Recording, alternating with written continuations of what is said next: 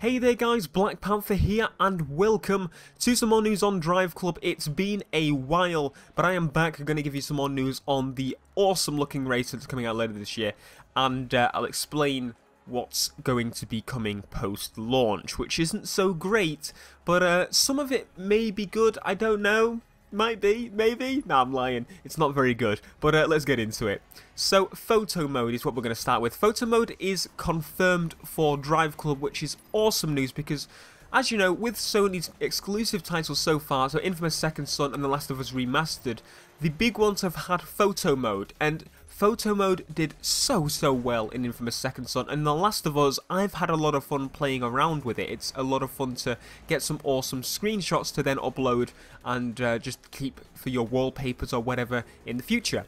So what I like is that they're bringing this to DriveClub because really racing games need a photo mode. Photo modes are kind of, I mean, for a game that's this beautiful, because DriveClub, you can't deny, even though DriveClub to me isn't that much of a full game as the competition coming out this year, it still has the beauty. It is the most beautiful racer I've ever seen.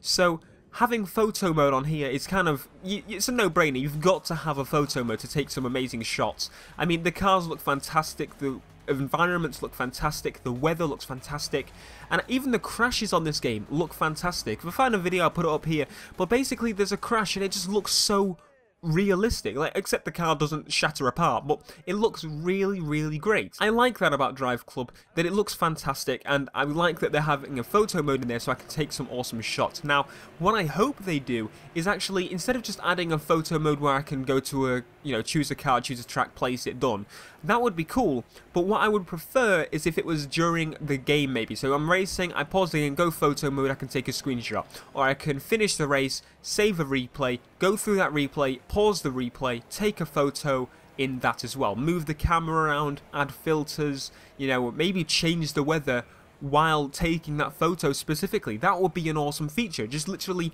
show off the power of being able to literally change things like that with the PlayStation 4, because we know it's possible. Just that would be a cool demo of the effects of the power of the PlayStation 4 as well. So that would be pretty awesome. But yeah, moving on. Photo mode.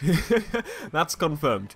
So what else is coming post-launch, which is kind of annoying. This one, I don't want to let go, because I can kind of understand why the photo mode is coming later, because they were under development with this game, whereas The Last of Us was ported and they could do whatever. They just need to up the graphics, that sort of thing.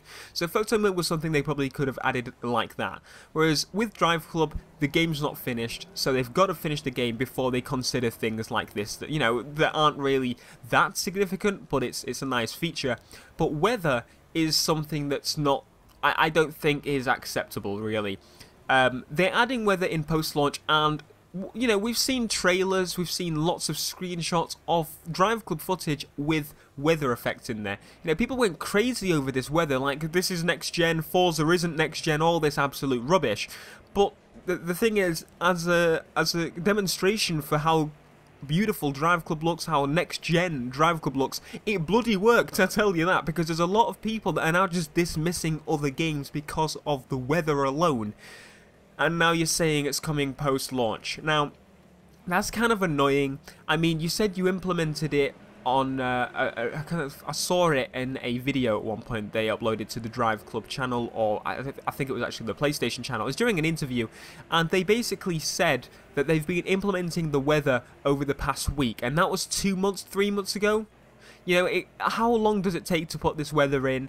I mean, if you've implemented it, how are you going to do it in a post-launch patch as well? It's maybe they've only put some weather in, that sort of stuff, but as long as the day and night cycle's there, I guess that'll keep me for now. But I really want to see that rain, because that rain looks absolutely fantastic on the videos we see.